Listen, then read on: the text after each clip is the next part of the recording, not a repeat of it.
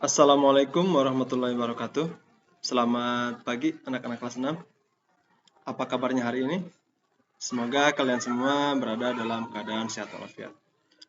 Pada hari ini kita akan meneruskan pembelajaran di tema 3 tentang tokoh dan penemuan. Tapi sebelum ke pembelajaran kita awali dulu dengan berdoa bersama. Berdoa mulai. Bismillahirrahmanirrahim. Raditu billahi robba wa bil islami dina wa bi muhammadin nabiyyan wa rasula. Rabbi zidni ilma warzuqni fahma birahmatika ya arhamar rahimin. Amin. Kita masih mempelajari di subtema 2 tentang penemuan dan manfaatnya pada pembelajaran kelima.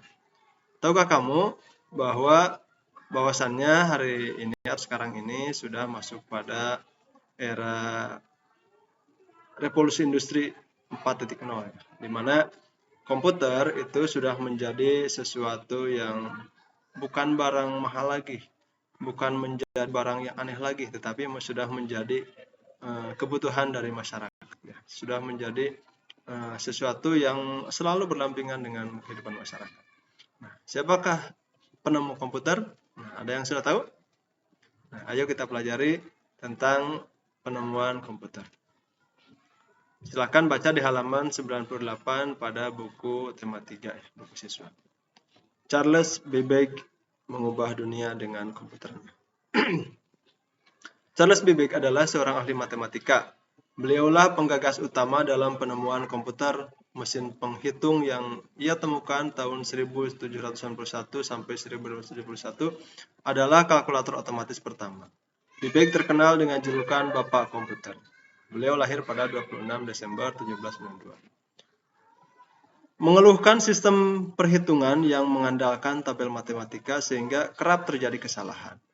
Babbage ingin mengubah sistem perhitungan tersebut melalui sistem mekanik untuk menekan kemungkinan terjadinya kesalahan hitung. Nah, gagasan tersebut dituangkannya dalam sebuah catatan yang diberi nama Note on the application of machinery to the computation of astronomical and mathematical table. Catatan yang dibuat pada tanggal 14 Juni 1822 ini berisi tentang semua konsep komputasi yang ada dalam benak. Nah, berkat penemuan Charles Babbage ini, ya, seperti sekarang kan kita bisa belajar daring, Bapak bisa menggunakan komputer, ya. Itu alhamdulillah ya. Sekarang kita bisa menikmatinya. Kita bisa mengolah data, kita bisa membuat data, bahkan memanipulasi data juga. Nah, itu bisa dilakukan oleh komputer. Maksudnya manipulasi di sini bukan untuk memanipulasi dari benar menjadi salah atau dari salah menjadi benar, bukan, tetapi untuk mengedit, untuk mengkolaborasi, untuk menggabungkan, dan untuk membuat hal-hal lain ya, seperti mendesain juga, itu kan kita menggunakan komputer. Itu salah satu manfaat untuk pemanfaatan komputer untuk sekarang ini. Dalam dunia pendidikan, ya, komputer sangat bermanfaat sekali kan. Sekarang itu kita bisa belajar daring, bisa menampilkan tayangan-tayangan, itu bisa menggunakan komputer. Juga kita bisa browsing, bisa googling, ya, seperti itu menggunakan komputer. Dan semakin kesini perkembangannya semakin canggih. Bahkan sekarang komputer itu kalian pegang setiap hari ya kan, berupa Android, itu pun merupakan menggunakan sistem komputer. Banyak sekali sistem-sistem alat dalam pekerjaan, dalam industri, ya, dalam segala bidang kehidupan itu sekarang menggunakan komputer. Menjahit juga sekarang menggunakan komputer. Itu jadi banyak sekali manfaatnya. Charles Babbage mengubah dunia dengan komputernya. Mesin hitung ini bermanfaat untuk mengurangi kesalahan menghitung. Komputer yang ia temukan semakin berkembang dari waktu ke waktu. Tahukah kamu bagaimana perkembangan komputer? Nah, silakan ya, kita atau kalian amati gambar yang ada pada layar atau pada buku kalian. Nah, pada 500 Masehi itu ditemukan alat hitung tradisional berupa abacus ya, kemudian berkembang tahun 1821 komputer pertama ditemukan. Nah, itu kan komputer pertama itu wah besar sekali, hanya berupa hard disk saja sebetulnya kan. Kemudian 1939 komputer listrik dibuat. Jadi ada kaitannya kan antara komputer dengan listrik. Karena listrik itu sebagai sumber energinya, sumber dayanya itu menggunakan listrik ya. Jadi bagus sekali dulu Michael Faraday menemukan listrik, dan sekarang listrik itu banyak sekali kemanfaatannya kan untuk segala hal, apalagi barang-barang elektronik pasti sekarang menggunakan listrik. Kemudian pada 1971 email atau electronic mail, surat elektronik pertama berhasil dikirim ya. Pada 1973 komputer pertama menggunakan keyboard dan mouse. Nah, seperti sekarang yang Bapak pakai ini kan.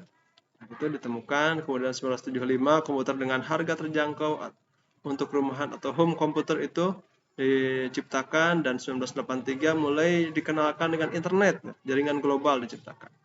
Kemudian 1994 dimulai penggunaan internet oleh masyarakat. Nah, sampai sekarang internet itu sudah menjadi kebutuhan. Bahkan ya mendekati kebutuhan pokok juga kan. Seperti itu. Pengaruh komputer dalam bidang pendidikan. Komputer adalah alat elektronik yang dapat menghitung atau mengolah data serta memutar film dan musik. Kalian bisa banyak belajar dari komputer kan. Komputer itu memang canggih, tetapi sebetulnya lebih canggih kalian, lebih canggih manusia, karena yang membuat komputer juga adalah manusia. Jadi kita jangan kalah pintar oleh komputer ya. Selain itu komputer juga dapat menjadi alat komunikasi melalui surat elektronik atau media sosial ya, yang suka berselancar ya di medsos atau berkirim-kirim email. Nah, itu kan kita lebih enak, lebih mudah menggunakan komputer, baik komputer duduk ataupun komputer jinjing yang disebut dengan laptop, ataupun menggunakan Android. Android itu kan sama, menggunakan sistem komputer. Komputer juga membawa perubahan dalam bidang pendidikan. Besok-besok kan adik-adik kelas kalian tuh sudah mulai AKM itu menggunakan komputer. Asesmen kompetensi minimum ya, itu menggunakan komputer, dan kalian juga sudah terbiasa sekarang belajar menggunakan sistem komputer. Keberadaan komputer dan internet telah memudahkan dan menunjang pembelajaran di sekolah. Jadi kemajuan teknologi juga dapat membantu meningkatkan kualitas pendidikan. Sekarang perhatikan gambar berikut ini. Ini adalah gambar biang lala. Siti dan keluarganya pergi ke pasar malam. Di sana mereka melihat banyak sekali permainan. Mainan tersebut antara lain biang lala. Biang lala itu merupakan benda yang berbentuk lingkaran. Coba dapat kalian menyebutkan 5 benda lainnya berbentuk lingkaran. Silahkan cari ya. Atau perhatikan. Bapak nanti akan menampilkan beberapa benda yang berbentuk lingkaran. Ada 5 tahapan yang kalian harus lakukan untuk memahami contoh kehidupan sehari-hari tentang hal-hal yang berkaitan dengan lingkaran.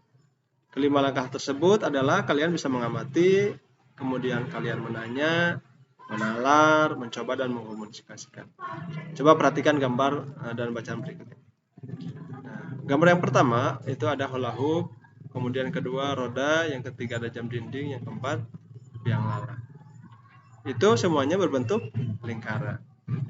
Ini nanti harus kalian amati, kemudian kalian coba buat pertanyaan dari gambar tersebut, dan coba kalian membuat semacam kesimpulan atau menalar.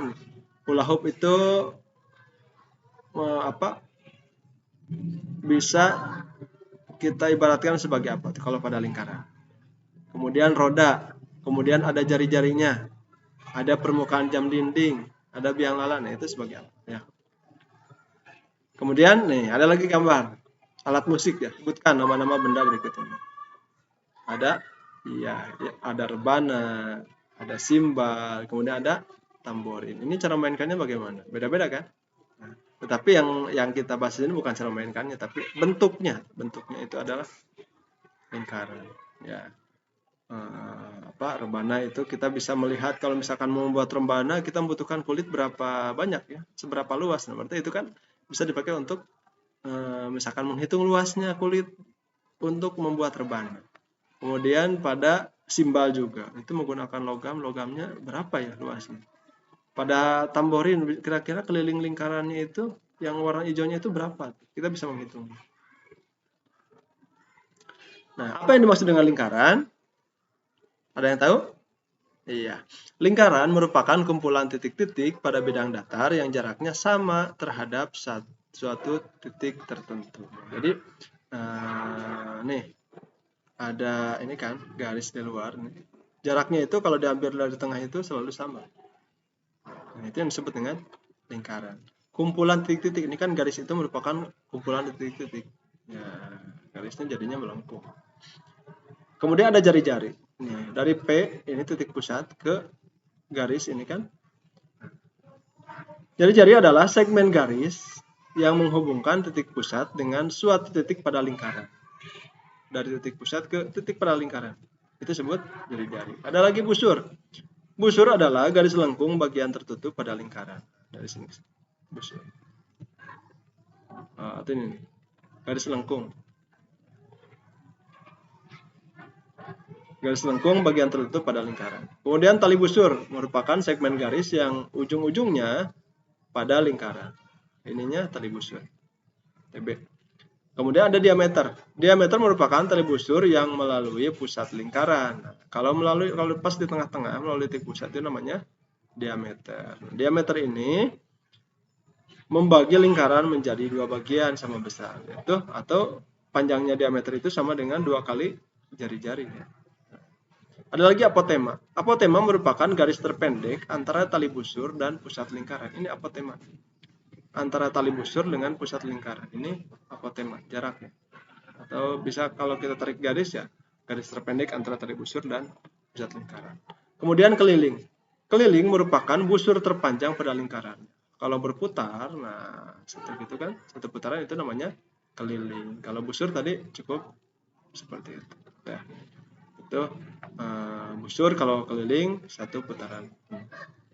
Kemudian pada gambar berikutnya nih ada juring, merupakan daerah yang dibatasi oleh busur dan dua jari-jari. Nah, ini juring. Nah, daerah yang dibatasi oleh tali busur dan dua jari-jari. Kemudian tembereng. Tembereng merupakan daerah yang dibatasi oleh busur dan tali busur. Busur dan tali busur. Nah, ini adalah namanya tembereng. Kemudian luas merupakan daerah dalam yang dibatasi oleh lingkaran. Karena ini kalau keseluruhannya disebut luas. Kalau yang dibatasi dua jari-jari disebut juring. Kalau yang dibatasi tali busur dan busur itu disebut tembereng. Karena kalau seluruhnya disebut luas. Paham ya? Silakan kalian coba kerjakan pada halaman 67 sampai 68.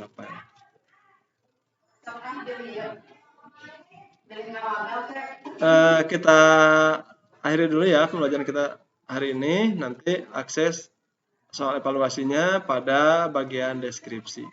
Kemudian LKP dan juga kalian akses pada bagian deskripsi.